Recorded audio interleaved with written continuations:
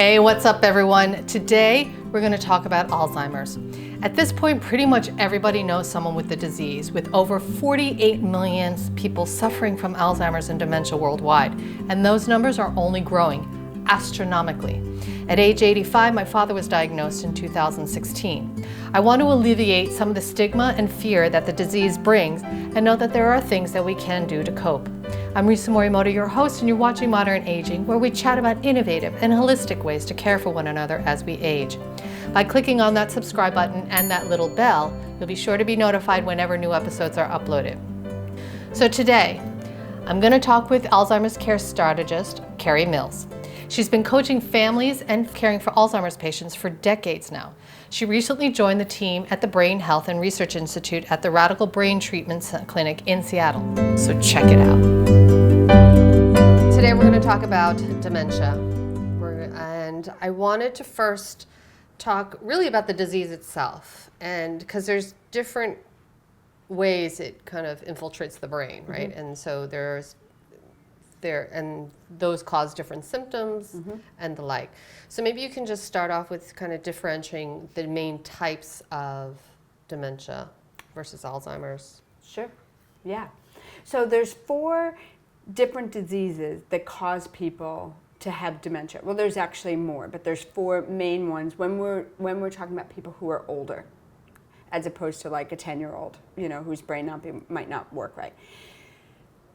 Dementia is the symptom. It's the thing that tells us something's not working right. So a person is forgetful. A person doesn't turn the stove off. The person gets lost driving, right? These are symptoms, but it doesn't actually tell us what's causing that problem. The same as if I woke up this morning and I had a rash, all down my leg.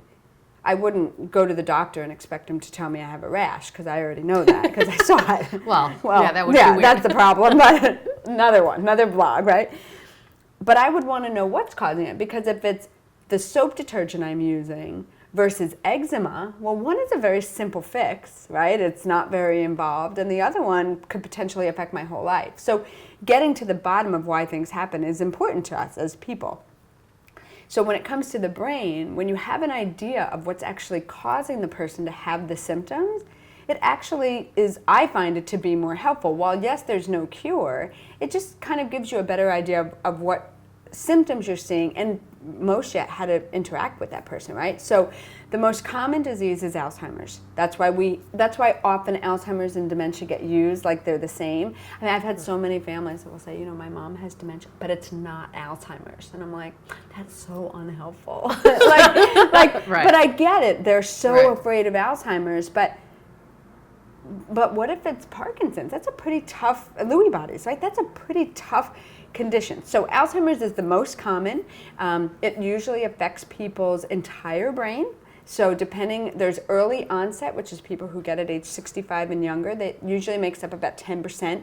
When you hear about Alzheimer numbers, it's about 10% of the people. The majority of people, they develop it in their 70s and 80s. And actually, some scientists have said that a person won't develop, like if they get to age 85 and their brain, they've had no symptoms of dementia, that the likelihood of them developing Alzheimer's is almost none. Wow. At age 85, right? That's pretty... Isn't that pretty fun? Yeah. Yeah. Now, usually then when people develop dementia over age 85, it's usually vascular dementia, which is the second most common condition that causes people to have dementia. And that affects the parts of the brain wherever the mini strokes have happened. So that's what vascular dementia is. It's related to blood flow and oxygen in the brain. These guys I find to be super fun because, well, they're all fun, but because these guys, if you give them routine and structure, they can actually function really well. And their progression kind of looks like this. So they baseline, they have a mini stroke, they plateau, they decline a bit, then they plateau, then they decline at the next mini stroke. These guys should see a cardiologist. Contrary to basic understanding, you can go to a neurologist, they might put you on Aricept and Namenda, which are the only drugs that we even have, but we don't necessarily know that it's a plaque issue, right? It's an oxygen brain issue. So who takes care of that? It originates in the heart. So if a person goes to a cardiologist who's going to tell them, look at what you're eating and your exercise, and might be able to give them different medications to avoid mini stroke, we can potentially have them baseline at whatever that baseline is, because now they're not going to keep having mini strokes. So vascular is not a progressive disease, meaning a disease that will keep spreading to get worse. It's progressive in that people keep having the cause multiple times, and that's why people with vascular progress. Well, why do people know this? Like, why don't they just stop the strokes? Why don't they? Like, so it's a hard thing to do, right? Yeah, and yeah. it's and you have to change lifestyle and yeah. So to the 90-year-old, so listen, going forward, please stop having bacon for breakfast and please do a couple laps around the building, right? So it does require lifestyle change, and I even had a doctor recently. I had a client. He's 89 years old. He's supposedly had Alzheimer's 20 years. It's not true, right? Anyway, working with the family, trying to get to the bottom of it, and despite where we got, the doctor said, well, it was related to his eating. He said, well, listen, if my dad were 90, I'd want him to do what he wanted. And it was like, but he's not your dad. And it's not your job to impose what you would do for your family onto your patients. Your job is to educate your patients how they can best take care of themselves, right? So part of it is that people think brain problem. First of all, they wait too long because they're so afraid of what they're going to find out. Yeah. And then on top of that, the neurologist isn't saying you should go see a cardiologist. They're saying, here's Aricept and Amanda, come back in 6 months and we'll hope things stabilize. I mean, it's because that's what they're trained to do. Yeah, right? Exactly. As opposed to if a family knows to go to a cardiologist, then the cardiologist is going to do something different because that's also their training. So that's why everywhere I go, I'm like, vascular, people need to make sure they see a cardiologist. But even when I ask a group of professionals, so if you have a mini stroke, where would you go? Everyone answers neurologist, right? So it's people think since here's the problem, it originated here, but we know it didn't, right? So that's the second most common disease. And again, the damage will be, the symptoms you'll see will depend on where those mini strokes take place. So if it happens in your temporal lobe, you're going to have trouble speaking, right? As a for instance. Which is here.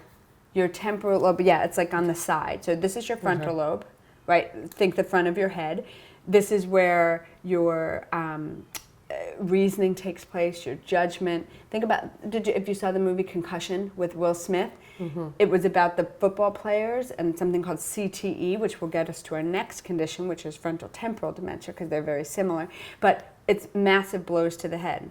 So you have your football players, your soccer players, your boxers, your hockey players, believe it or not, your cheerleaders, right? All that flipping, their brain is rattling around in their head. And so it's not as bad as football players. But again, it's like we don't realize it, right? The ways that it could affect the brain. And then for frontal temporal, getting back to the diseases per se, frontal temporal is the third most common. And that happens with damage to the frontal lobe and the temporal lobe. Right? So your frontal lobe is your reasoning, your judgment, your personality.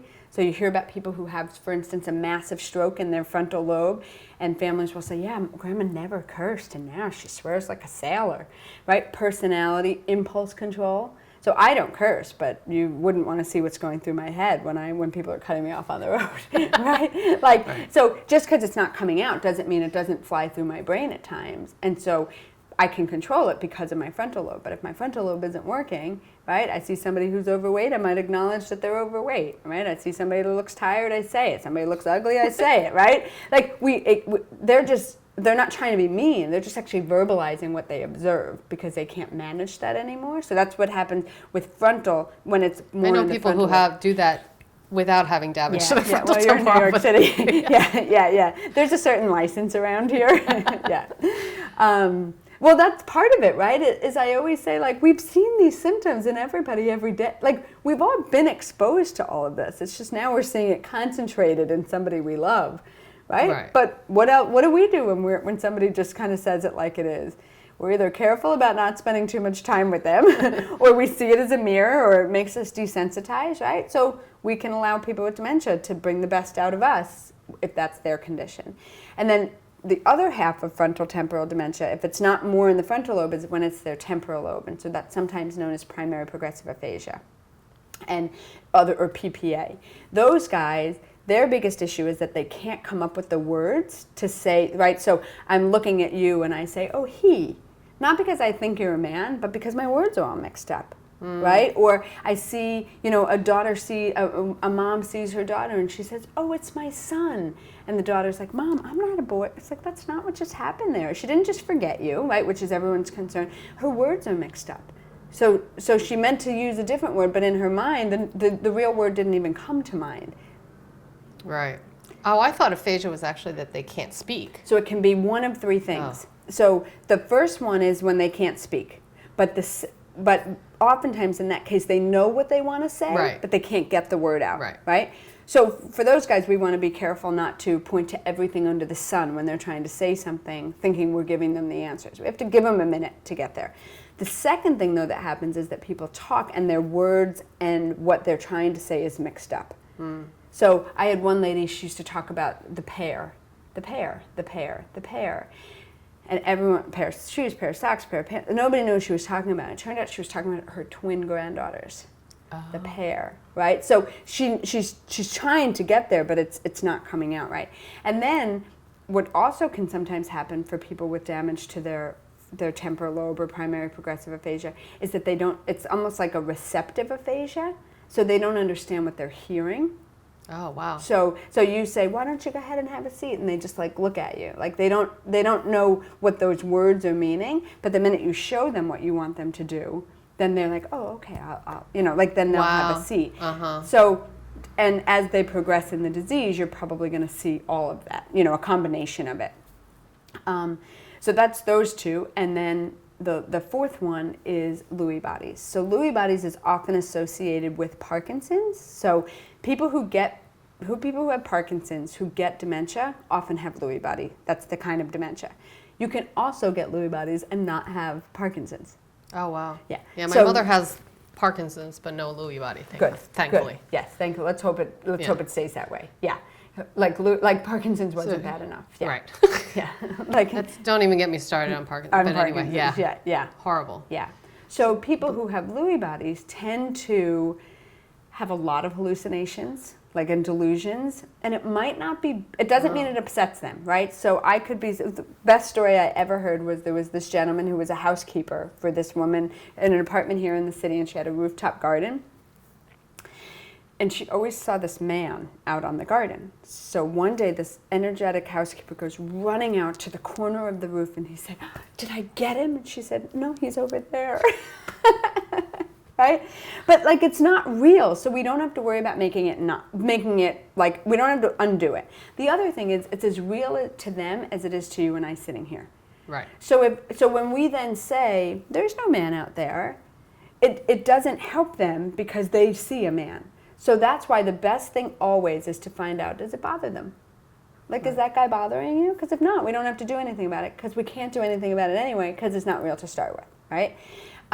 If it does, so sometimes it's auditory, they'll hear kids, they'll hear people talking, they'll hear music, and then they see things, a lot of times it's bugs or rodents that they'll see. Again, which that's my reaction, right? Oh, please no. But if you made that reaction and I said, oh wow, what is there 1,000 cockroaches? And if you saw one, I just made things worse, right? One would have been bad enough, let alone that many more. So the thing with Parkinson's is you just want to find out, are these hallucinations, does it bother them? And if not, we don't have to do anything. And two, if it's oh, well, here, let me try to get rid of that for you. Again, it's not real. I can't really get rid of it because it doesn't exist to begin with. But you're validated by me trying to address it. But if I you do say, let me try to get rid of it. Yeah, let me you see don't. if you would, if it's bothering you. Oh, I see. If it's bothering, because if it's bothering you, then I want you to feel safe and at peace. And you're not going to feel those ways if you think that there's a cockroach here and it bothers you.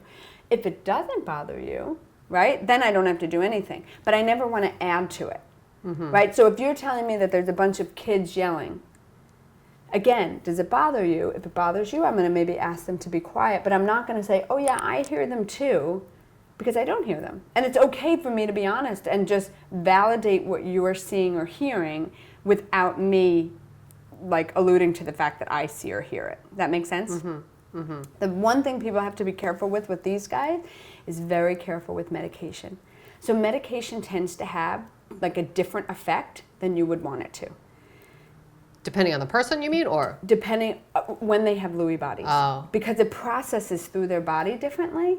And so a lot of times people will want to put them on all kinds of behavior medications, right? Gee, my leg is spurting blood, and so now I'm doing everything to, and I'm begin to have this behavior because of it when it's not real. So families often will go to the doctor looking for an antipsychotic to make me stop. There's not an antipsychotic that will fix it.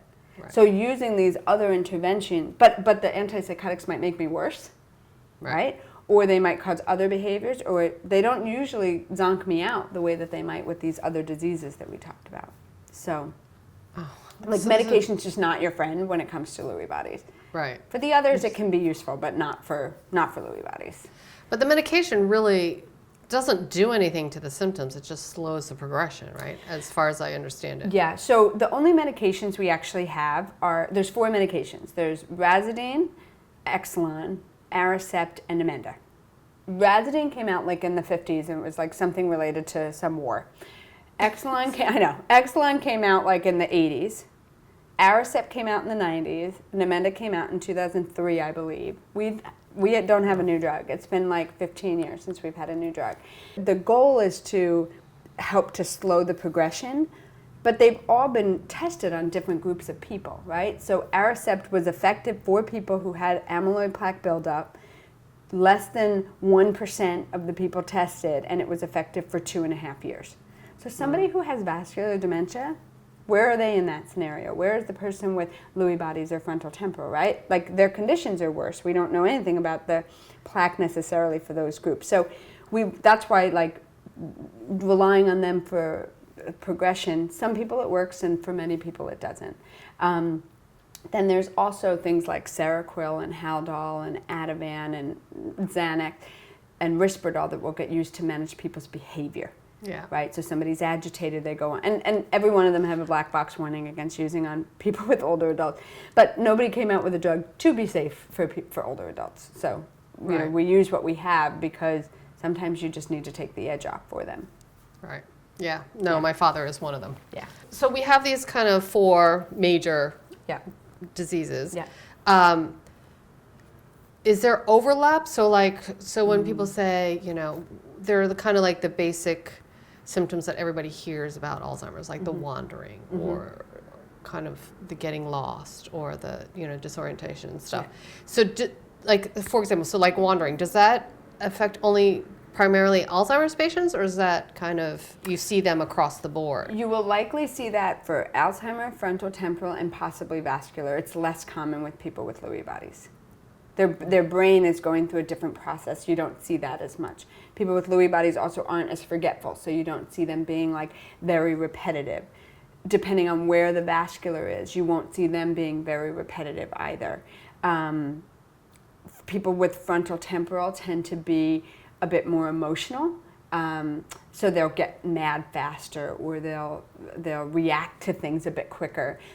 All of them feel the emotion, but your frontal lobe is where you manage emotion. So when your frontal lobe is damaged, i.e. from frontal temporal, or if you've had strokes there, you're going to see people, right? Like, so I go to say, "Oh, Risa, what did you want? Get off of me," right? That behavior of me swinging my arm is because I'm impulsive right now. Mm-hmm. I can't manage whatever's going on, right? So I'm going to be quicker to yell or scream.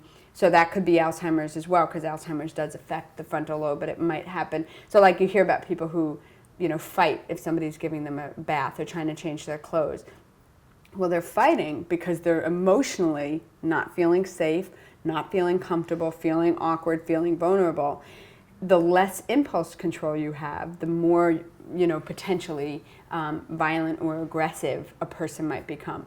That said, majority of people don't become aggressive, right? But for when the frontal lobe... So is that true? The majority do not become aggressive? Yeah. Because if you help people, so frontal temporal often will become aggressive because that impulse control is just gone right from the start, right? But if you have had people feeling safe and you've gently helped them through this process and they trust the people who are with them, then they're less inclined to have behaviors. Mm-hmm. So somebody who does have that issue, right? Lack of impulse control, or, quick to lash out. You do hear those stories, all right? All the time, yeah. What can people do to kind of just like bring it down, or, So so I'm going to tell you this. There was this lady. I got a phone call from this woman. She's like, so they have a new caregiver. It's been about 6 months. I'm like, okay. She's becoming more and more violent. Mom's becoming more violent in the shower. I'm like, okay. Mind you, the woman's like 4'11" and weighs like 70 pounds, soaking wet in the shower, right? I'm like, okay. So talk to me. Mind you, she had a caregiver a true care partner for probably, I think it was like 4 or 5 years. Never a problem. Literally, never a problem. So when we get this new person, it's been about 6 months, things are escalating. I said, okay, well, tell me about the shower. I find out it's a stall shower. Like, okay, so it's kind of tight. There's probably a door, maybe not as much room. Is there a chair? Yes. Okay, is there a removable shower head? Because I'm picturing the short little woman sitting on the chair and the water aimed at her, which was correct. There was no removable shower head. And I said, well, why don't we get one? She said, well, the caregiver is afraid that mom's going to hit her with it. I'm like, oh, second problem. You expect somebody to be violent, they're going to be violent. It's a guarantee. Guarantee, because we go in defensive, right? And so they react appropriately. We talk about temperature of the water. We talk about cold. There's a reason people want to shower less in the winter. They're cold. They're just like you and I, Lighting, maybe use some But music. this shower she had been using. She had been, yep. But she has this new caregiver. So these problems, right? And so I'm just trying to get to the bottom of why. So then she had a list of like 10 things. She was going to get a new shower head. She was going to replace some of the lighting. Some bulb was out. She thought about using music. Her mom had been a piano teacher, had grand pianos all over the house. And at the very end, she says, I don't know if it's relevant, but my mom's caregiver was told that people with dementia don't like to shower naked. So the caregiver gets in the shower naked with my mom.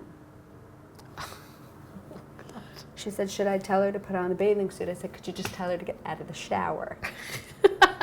Oh my goodness, right? So now you have this little woman who has all these behaviors. She's in a stall shower that has a chair in it with a non-removable shower head, and she's sharing it with this woman who's naked. And you tell me if you would not be having behaviors, if that was you in the shower. Right? So sometimes you have to just find out, well, what's causing this?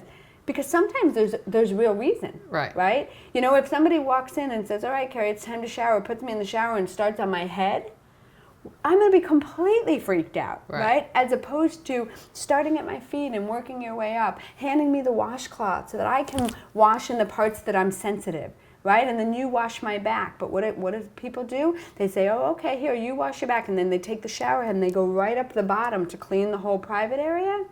Well, who isn't going to get freaked out in that moment? And then who would want... Right now, it's an emotional memory that place is really scary. And now, guess what? I don't want to shower. So it's not so much this. There's some people who are afraid of the water. But for most people, it's... Perhaps something traumatic happened, or they were feeling vulnerable, and so that's why they end up reacting that way while they're in the shower.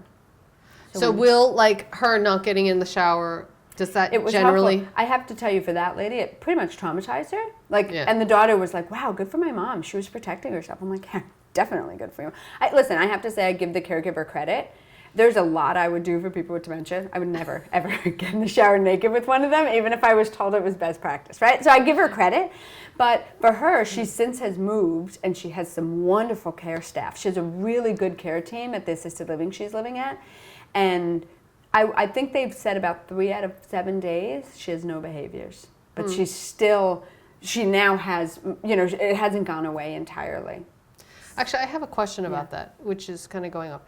So I've been to some assisted living, kind of nursing home places, and they always have an Alzheimer's ward, right, dementia ward, and I find it completely depressing.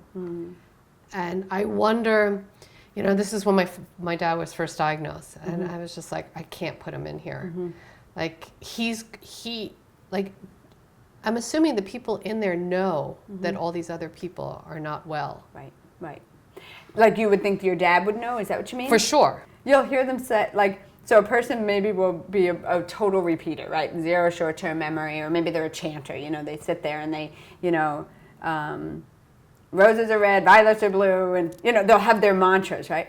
And then you'll hear, like other residents there. Oh, there she goes again. And you're like, how in the world can you remember that? Like, you can remember diddly squat, and you can remember where she's going with that, right? So there's an awareness, and certainly the earlier stage people they're more aware.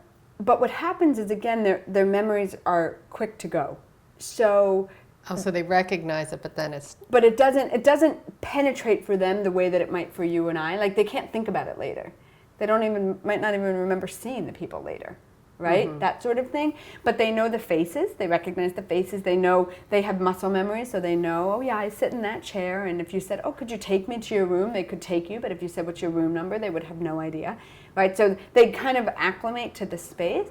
So what your family has gone through is extremely common. That it's hard for you guys, first of all, to look at everybody. But then it doesn't mean that your dad would have seen it the same, but he's aware, because especially in the beginning. If I had a wish, I would, and I've asked so many buildings to do this. I've done a lot of startups. I've done startups in my own buildings. I've done it in my own buildings, and I've seen it work.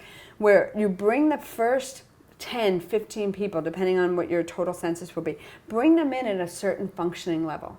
There is no shortage of places to bring people moderate to late stages. Right. From assisted livings to nursing homes, people age in place. 3 years from now, bring in whoever you want. But in the beginning, have that place for the mild to moderate. Have that place where the people really can sort of really engage in life, and they're doing it with people that are in a similar position with them.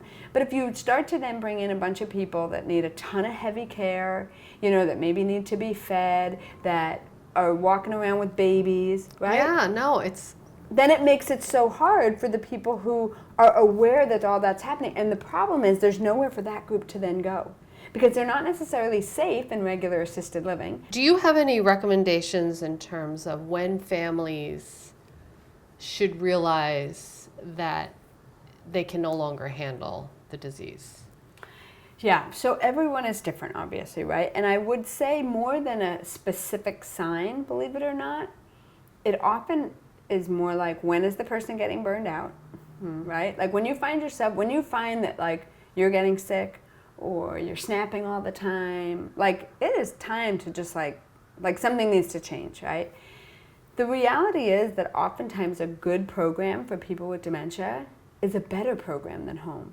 Because you have a slew of professionals, you have that are not emotionally attached, that have rotating shifts every 8 hours, right? So there's new, fresh people coming just to interact with this population. They then also get to interact together, so you have the benefit of, oh wow, we're going to have some music, live music, and now in addition to the live music, who's going to get up and dance, and then, right? So they're socializing in a sense with more people, as opposed to trying to manage all that at home.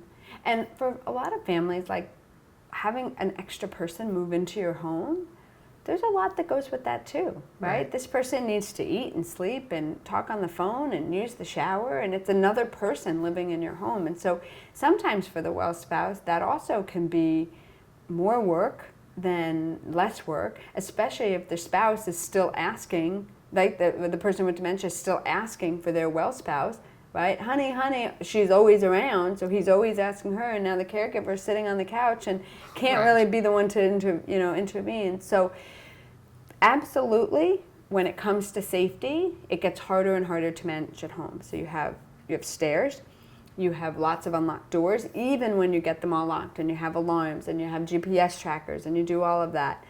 Sometimes you still, right, can't manage that so well at home, because at the end of the day, you don't want that person walking out of the house at 2 a.m. You just don't. And so if you're asleep and you wake up to say, no, come on, Risa, you got to come back to bed, and Risa doesn't want to, then now it's 2 a.m. and we're risking a fight and my sleep is interrupted, right? So that's a big one. I find a lot of families end up moving the person when incontinence care starts. Like they're like, I just can't do that. That's when we've just gone too far. So I think a lot of it depends on what you're looking at, right? Finances play a part in this. Are you looking for quality of life? Are you looking for good care? Does the person have other medical issues that you're also trying to manage? That, diabetes can be a tough one, right? Or if the person is then needing to have the right diet and spouse just can't do all that right cooking, or, there's so many things that play a part in that I always tell people, like, you'll know it when the time is right, and the time to move was probably 3 months before you know it's right. Which kind of brings me to self-care. Okay. And the guilt, Yeah. right? And how to, I say to myself, my rational mind says I cannot feel guilty, but, sometimes the emotional part of me just feels terrible about having my dad in a nursing home, right? Yeah. I don't visit him enough. I don't do this enough. I don't, I should be doing this or I should be doing that. Yeah. But we have 2 parents that are sick, so, and I don't live close, I live an hour out. Right. Are there any tools that you recommend, or I don't know, for self-care and for helping people negotiate the guilt? There's 2 groups. There's spouses and kids. It's different it's different. For spouses, they struggle with it the worst because I've only met a handful of people that like recognize they made the right decision. Most of them struggle with it through the end of the disease process. I find that when people have friends that are looking in on each other, right? So if you moved your dad and you buddy up with 1 or 2 of the other kids that are there, hey, listen, I'll check in on your dad, you check in on my mom, right? Then it makes you feel a little bit more connected, even though you're not there as frequently, and it makes you feel like there's another couple of sets of eyes. There's one building where there's actually 5 spouses that do it. That they've become. What do you mean, they all check in? Yeah, and so like this one will want to go away for a week, or that one's going on a tour with her sister, right? This one just is trying to get 1 day off because he himself can't get past that guilt, right? But then everybody is texting each other, sending pictures, right? Well, that's this is kinda how cool, though. it's great. It's so, and they've actually become really good friends. They go to dinner, they go to the movies, So I think having that network with the other family members is really good, and it's not really just to complain about the place. That might come up, but it's more, and it's not to go and talk about the disease. It's not necessarily support group issues. It's just go live your life, because everybody understands the restraints that if at dinner, hey, what kind of overnight briefs do you get, comes up, right? It's not like, what just happened there, right? So it kind of creates a camaraderie so that you're not just going to see your dad, but you're going to bump into these other people that in a way are becoming part of your support team, right? So that's one way. A second way that I would say for the guilt is that he knows less than you do, right? So whether you visit weekly or whether you visit monthly really doesn't impact his life that much, except that maybe there was 3 hours, if you had visited 3 extra times, that he might have had a boost for an hour. But the truth is, you leave, and shortly after you leave, he likely doesn't even remember that you came to visit. And so you're suffering, but he's not. Right. So if you're able, when you're feeling the guilt, to say, well, it's okay. You're probably partly feeling guilty for yourself. Oh, as a daughter, I should do this, I should do that. But if instead you recognize, well, quality matters. So if you go and you have a top-notch visit, and it's an hour once a month, versus 3 times that you drag yourself there out of guilt because you know you should be there, well, take a pick for yourself. Which would you rather? Mm-hmm. Would you rather have that really solid, awesome hour with your daughter, or would you have 3 mediocre visits? Right? Because in the end, he doesn't remember. So you then can take the good ones with you. And maybe when you go, you're bringing some photos and you're planning for it so that you can have that real rich visit that then both of you get to enjoy, you because you can even remember it afterwards, him because he has it in that moment.